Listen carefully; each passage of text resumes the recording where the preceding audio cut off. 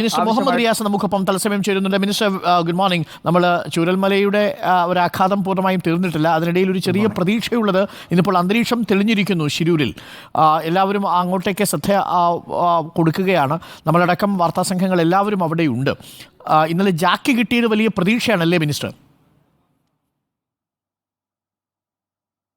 തീർച്ചയായിട്ടും ജാക്കി കിട്ടിയത് ഒരു പ്രതീക്ഷ തന്നെയാണ്. ഞാൻ മനസ്സിലാക്കുന്നത് റോഡിൽ നിന്നും ഒരു 10-100 മീറ്ററിൻ്റെ ഉള്ളിൽ തന്നെയാണത് കണ്ടെത്തിയെന്നാണ്. അതെ, അതുമാത്രമല്ല, ഞാനിപ്പോൾ അന്വേഷിച്ചപ്പോൾ മനസ്സിലാക്കുന്നത് അടിയൊഴുക്ക് കുറവുണ്ട് എന്നുള്ളതാണ്. അടിയൊഴുക്ക് കുറവുണ്ട്, കാലാവസ്ഥ അനുകൂലമാണ്. പിന്നെ ഈ കലക്ക് വെള്ളമാണല്ലോ, അന്ന് നമ്മളവിടെ ക്യാമ്പ് ചെയ്ത ഘട്ടത്തിലുള്ള ഒരു പ്രധാന പ്രശ്നം കലക്ക് വെള്ളം കാരണമുള്ള ഒരു ക്ലാരിറ്റി പ്രശ്നം ഉണ്ടായിരുന്നു കാണാനും. ഇപ്പോൾ കലക്കും കുറവാണെന്നാണ് മനസ്സിലാക്കുന്നത്. അപ്പോൾ ഈ മൂന്ന് സാഹചര്യം നമുക്ക് അനുകൂലമാണ്. ഒന്ന്, അടിയൊഴുക്ക് കുറയുന്നു. 2, കാലാവസ്ഥ അനുകൂലം. 3, കലക്ക് വെള്ളം അതിൻ്റെ കുറവ് വരുന്നു. പിന്നെ ഇവിടെ ഈശ്വർ മാൽപ്പെ ഉൾപ്പെടെ എല്ലാത്തിനും തയ്യാറായി നിൽക്കുകയാണ്. മറ്റ് ഫോഴ്സസ് ഉണ്ട്, SDRF ഉണ്ട്, NDRF, എല്ലാ ഫോഴ്സസും ഉണ്ട്. അപ്പം നമ്മൾ ഈ ജാക്കി കണ്ടെത്തിയ സ്പോട്ടിൽ നമ്മൾ നല്ല നിലയിലൊരു തെരച്ചിൽ നടത്തിയാൽ ചിലപ്പോൾ നമ്മൾ മാസങ്ങളായി നമ്മൾ കാത്തു നിൽക്കുന്ന ഈ വിഷയത്തിൽ ഒരു വലിയൊരു ആശ്വാസ നിലപാട് വരാൻ സാധിക്കും. ഇന്നിപ്പോൾ അഞ്ജുനോട് സംസാരിച്ചപ്പോൾ നല്ല നിലയിലുള്ള ഒരു തെരച്ചിൽ സംസ്ഥാന സർക്കാരുകളെല്ലാം വളരെ കൃത്യമായി തന്നെ ഇടപെടുന്നു. സന്തോഷമുണ്ട്. ആ ഒരു ചോദ്യത്തിന് ഉത്തരം കിട്ടണം എന്നുള്ളതാണ്. ഇതിലിപ്പോൾ നേവിയുടെ ഒരു തെരച്ചിൽ കൂടി വേണം എന്ന് നമ്മൾ ആവശ്യപ്പെട്ടിരുന്നു ഇന്നലെ. ഇന്നിപ്പോൾ ഞങ്ങൾ നേരത്തെ MLA സംസാരിച്ചപ്പോൾ MLA പറഞ്ഞത് നേവിയുടെ സഹായം റിക്വസ്റ്റ് ചെയ്തിട്ടുണ്ട് എന്നാണ്. നേവി ഇന്ന് എത്തുന്നില്ലെങ്കിൽ നമുക്ക് നേവിയുടെ സഹായം വരും ദിവസങ്ങളിൽ നമ്മുടെ സംസ്ഥാന സർക്കാരിനൊന്ന് അഭ്യർത്ഥിക്കാൻ കഴിയുമോ? അങ്ങനെ എന്തെങ്കിലും സാഹചര്യമുണ്ടോ ശ്രീ മുഹമ്മദ് റിയാസ്? അല്ല, നേവിയുടെ നമ്മൾ തുടക്കത്തിൽ തന്നെ പറഞ്ഞിരുന്നു. മുഖ്യമന്ത്രി തന്നെ ഒരു കത്ത് ഇതുമായി ബന്ധപ്പെട്ട് കേന്ദ്ര ഗവൺമെൻറ്റിനും കർണാടക സംസ്ഥാന ഗവൺമെൻറ്റിനും അയച്ചിരുന്നു, കേരള മുഖ്യമന്ത്രി. അതിൽ നേവൽ ബേസ് എടുത്ത് പരിശോധിച്ചാൽ ഇപ്പം നേവൽ ബേസിൻ്റെ ഏറ്റവും നല്ല നമുക്ക് ടോപ്പ് ബേസ് എന്ന് വേണമെങ്കിൽ ഉറപ്പുവരുത്താവുന്നത് വിശാഖപട്ടണം ഉണ്ട്, കൊച്ചിയുണ്ട്. അപ്പോൾ ഇവിടുത്തെ സേവനം കൂടി നമുക്കതിന് ലഭ്യമായാൽ, ഇപ്പോൾ ഡൈവേഴ്സിൻ്റെ കാര്യം, നല്ല ഡൈവേഴ്സാണ് അവിടെ ഉള്ളത്. നമ്മളന്ന് അവരോട് സംസാരിച്ചപ്പോൾ കാര്യങ്ങൾ മനസ്സിലായി, അന്വേഷിച്ചപ്പോഴും മനസ്സിലായി. എന്നാൽ അതിലും നല്ല സംവിധാനമുള്ള നേവൽ ബേസുകൾ ഉണ്ട് നമ്മുടെ രാജ്യത്ത്.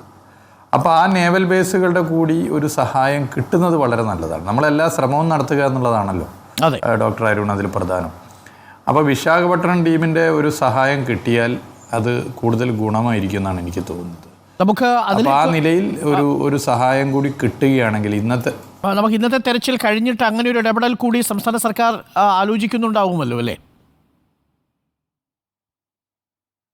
അല്ല, ഞങ്ങൾ ഓൾറെഡി അത് റിട്ടേൺ ആയി തന്നെ നൽകിയിട്ടുണ്ട്. ഇനി ഒന്നുകൂടി അത് സമ്മർദ്ദം ചെലുത്താം. കാരണം നേവൽ ബേസ് വളരെ സ്ട്രെങ്തണായി ഉള്ള ഒരു സ്ഥലത്ത് ഒരുപാട് സാധ്യതകൾ അവരെ സംബന്ധിച്ചിടത്തോളം ഉണ്ട്. ഇപ്പോൾ പ്രത്യേകിച്ച് ഇപ്പോൾ അടിയൊഴുക്കൊക്കെ കുറയണമല്ലോ. അപ്പോൾ ആ നിലയിൽ നമ്മൾ സ്റ്റേറ്റ് ഗവൺമെൻറ് നേരത്തെ പറഞ്ഞ ഈ ഒരു തീരുമാനം കൂടി വന്നാൽ നമുക്ക് കുറേ കൂടി മുന്നോട്ട് പോകും. ഇന്ന് വളരെ നിർണായകമായിട്ടാണ് എനിക്ക് തോന്നുന്നത്. ഈശ്വർ മാൽപ്പയും അതുപോലെ ഈ അന്വേഷക ടീമും ഇവരുമായി ബന്ധപ്പെട്ട പലരോടും ചോദിച്ചപ്പോൾ ഞാൻ മനസ്സിലാക്കുന്ന അതാണ്. അപ്പോൾ ഈ ജാക്കി കണ്ടെത്തിയ സ്പോട്ടുണ്ടല്ലോ, ആ സ്പോട്ടിൽ നമ്മൾ ലോറി ഉണ്ടാകും അല്ലെങ്കിൽ മറ്റെന്തെങ്കിലും സാധ്യത ഉണ്ടാകുമെന്ന് കരുതുകയാണ്. അപ്പോൾ അവിടെ നന്നായി ഫോക്കസ് ചെയ്ത് താഴെ ഉണ്ടാവുമെന്നാണ് ഞാൻ കരുതുന്നത്. എനിക്കറിയാം, ഞാൻ ആ സ്പേസ് കണ്ടു. നമ്മൾ ഇന്നലെ തന്നെ പ്രേക്ഷകരോട് കാര്യങ്ങൾ വിശദീകരിച്ചിരുന്നു. ഇന്നലെ എനിക്ക് ചീഫ് സെക്രട്ടറിയുടെ ഭാഗത്ത് നിന്ന് ആ കത്തും നമുക്ക് അതിൻ്റെ കോപ്പി കൂടെ കിട്ടിയിരുന്നു. ആ ഡ്രഡ്ജറുമായി ബന്ധപ്പെട്ട് ഇപ്പോൾ ആ പ്രശ്നമില്ല, പക്ഷേ ഇന്നലെ വല്ലാത്ത റൂമർ ഒക്കെ അതുമായി പ്രചരിച്ചിരുന്നു. യഥാർത്ഥത്തിൽ ആ ഡ്രഡ്ജർ അവിടെ ഉപയോഗിക്കാൻ കഴിയില്ല എന്ന് എക്സ്പേർട്ട് കമ്മിറ്റി കളക്ടർക്ക് റിപ്പോർട്ട് കൊടുത്തിരുന്നു. ആ റിപ്പോർട്ടാണ് ചീഫ് സെക്രട്ടറിയുടെ കയ്യിലുള്ളത്. ഇനി നമുക്ക് ആ ഡ്രഡ്ജറിനെ കുറിച്ച് ആലോചിക്കാൻ കഴിയില്ല, കാരണം അത് അവിടേക്ക് ഇറക്കാൻ കഴിയില്ല എന്ന് റിപ്പോർട്ട് നൽകി കഴിഞ്ഞാൽ പിന്നെ നമുക്കൊന്നും ചെയ്യാൻ കഴിയില്ലല്ലോ അല്ലേ മിനിസ്റ്റർ? അതെ, ആ റിപ്പോർട്ട് എൻ്റെ കയ്യിലുണ്ട്. ഞാൻ ആ റിപ്പോർട്ടും എടുത്തിട്ടുണ്ട്. വേണ്ടാത്തൊരു കൺഫ്യൂഷൻ ഉണ്ടാക്കാനുള്ളൊരു ശ്രമമാണ് നടന്നത്. ഇങ്ങനെയൊരു സാധ്യത ഉണ്ട് എന്ന് അറിഞ്ഞ ഉടനെ തന്നെ, പ്രത്യേകിച്ച് നമ്മുടെ തൃശ്ശൂരും കൂടി ആകുമ്പോൾ വേറെ ഒന്നും നോക്കാനില്ലല്ലോ, എല്ലാ നിലയിലും ഞങ്ങൾ ഇടപെട്ടു. അവിടുത്തെ കലക്ടറും മറ്റുമായിട്ട് സംസാരിച്ചിരുന്നു. ഞാൻ ഈ റിപ്പോർട്ടിൻ്റെ ഭാഗമായി ഫീസിബിലിറ്റി സ്റ്റഡി റിപ്പോർട്ട് നോക്കിയ ഘട്ടത്തിൽ the machine is not suitable to operate in such a high water current situation എന്നാണ് അതിലൊന്ന് കണ്ടിട്ടുള്ളത്. അത് feasibility dredger to provide necessary assistance in the search operations. അപ്പോൾ അതിൽ the district collector of Uttara Kannada has informed the team that the rate of water flow at present increased above 8 knots. ഇപ്പോൾ 8 knots അല്ല, ഇപ്പോൾ എനിക്ക് തോന്നുന്നു 2 knots ഏറ്റവും ആയി. അതെ.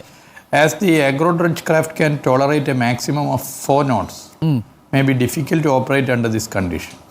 Also, the maximum depth to which the craft can be anchored is 18 feet, and all the officials they met at the site said that it may go up to 25 to 30 feet. അതാണ് അതിലൊരു പ്രധാന വിഷയം. അതാണ് ഏറ്റവും പ്രധാനം. Moreover, the agro dredge craft machine is used to. അതെ, അത് വളരെ വളരെ പ്രധാനമാണ്. അതെ, അതാണ് അതിൻ്റെ ഒരു പ്രശ്നം. ഇത് ഒരു 18 ഫീറ്റ് ഒക്കെയുള്ള 18 അടിയൊക്കെയുള്ള ഇതാണ് ഉപയോഗിക്കാൻ പറ്റുന്നെങ്കിൽ ഇവിടെ അത് 25 മുതൽ 30 അടി വരെ ഉണ്ട് എന്നുള്ളതാണ്. ഇപ്പോൾ എനിക്ക് തോന്നുന്നു ഈ നമ്മളീ പറഞ്ഞ ജാക്കി കണ്ടെത്തിയ സ്പോട്ട് തന്നെ എനിക്ക് തോന്നുന്നു ഒരു 30-40 അടി താഴത്താണ്. 30-40 അടി. അരുണാവ് അത് കൃത്യമായിട്ട് അറിയാം. എനിക്ക് ഞാൻ 35 ഫീറ്റ് ആണ്. ഇപ്പോൾ മാർഫ പറഞ്ഞത് 35 ഫീറ്റ് ആണ്. അതെ, 30-ൻ്റെയും 40-ൻ്റെ ഇടയിലാണ് ഞാൻ പറഞ്ഞത്. അപ്പോൾ അങ്ങനെ ഒരു പ്രശ്നം അതിനകത്തുണ്ട്. അപ്പോൾ അതുകൊണ്ട് ഈ മെഷീൻ സ്യൂട്ടബിൾ അല്ല എന്നുള്ളൊരു റിപ്പോർട്ട് വന്നു. അങ്ങനെ റിപ്പോർട്ട് ടെക്നിക്കൽ ടീം നൽകിക്കഴിഞ്ഞപ്പോൾ ഇതിൻ്റെ അപ്പുറത്തേക്ക് നമുക്ക് വേറെ ചെയ്യാനില്ല. നമ്മളെല്ലാ സാധ്യതയും ഇതുമായി ബന്ധപ്പെട്ട് ശ്രമം നടത്തിയിട്ടുണ്ട്. അപ്പോൾ അനാവശ്യമായിട്ടൊരു ഡിസ്കഷൻ ഇതുമായി ബന്ധപ്പെട്ട് ഉയർന്നു വന്നതാണ്. ഓക്കെ, അതിന് ക്ലാരിറ്റി വന്നു. നമ്മൾ റിപ്പോർട്ട് ഇന്നലെ തന്നെ പബ്ലിഷ് ചെയ്തിരുന്നു. ഇന്ന് നമ്മളതിൻ്റെ ഡീറ്റെയിലിംഗ് കൊടുത്തിരുന്നു മിനിസ്റ്റർ. അപ്പോൾ ആ കൺഫ്യൂഷൻ വേണ്ട. കുടുംബത്തെ നമ്മളത് ധരിപ്പിച്ചു. കുടുംബത്തിനും അതിനകത്തൊരു പരാതിയില്ല. നമ്മൾ ആ റിപ്പോർട്ടിൻ്റെ കോപ്പിയും കുടുംബത്തിന് കൊടുത്തു. അപ്പോൾ അവർ അതിനകത്ത് റിപ്പോർട്ടിൽ അവർക്ക് വിശ്വാസമുണ്ട്. അപ്പോൾ മിനിസ്റ്റർ, നമുക്ക് പ്രതീക്ഷിച്ചിരിക്കാം ഇന്നത്തെ ദിവസം ഒരു നിർണായകമായ ബ്രേക്ക് ത്രൂ ഉണ്ടാവുകയാണെങ്കിൽ നമുക്ക് ഇവിടുന്ന് സംസ്ഥാനത്തിൽ നമ്മളെല്ലാവരും പ്രതീക്ഷയിലാണ്. നമുക്ക് എല്ലാ നിലയിലുള്ള ശ്രമവും നടത്താം. ഇപ്പോൾ വയനാട് നമ്മളെല്ലാവരും അവിടെ ഒത്തുകൂടി അതിൻ്റെ തെരച്ചിലും മറ്റുമായി നിൽക്കുമ്പോഴും നമ്മുടെ മനസ്സിലൊരു വല്ലാത്ത വേദനയാണ് അർജുൻ എന്നുള്ളത് നമുക്കറിയാം. അപ്പോഴും നമ്മൾ ചിന്തിച്ചിട്ടുണ്ട് ഷിലൂർ അർജുൻ്റെ കാര്യം എന്ത് എന്നുള്ളത്. കാരണം അത്രക്ക് ലോകത്തുള്ള മലയാളികളുടെ മനസ്സിലേക്ക് അർജുൻ്റെ ഈ ദുരന്തം കയറിപ്പോയിട്ടുണ്ട്. അതൊരു വസ്തുതയാണ് നമ്മൾ ഓരോരുത്തർക്കും. അതുകൊണ്ട് നമ്മളെല്ലാവരും പ്രതീക്ഷിക്കുകയാണ്, എല്ലാ നിലയിലും പ്രതീക്ഷിക്കുകയാണ്. അതിന് എന്തൊക്കെയാണോ ഒരു സംസ്ഥാന സർക്കാർ ചെയ്യേണ്ടത് അതെല്ലാം ചെയ്യാൻ കേരളത്തിലെ സർക്കാർ തയ്യാറാണ്. ഇനിയും എന്താണോ വേണ്ടത് അത് ചെയ്യാം. ഇനി എന്തൊക്കെ ഇടപെടലാണോ നടത്തേണ്ടത്. Thank you minister. Thank you.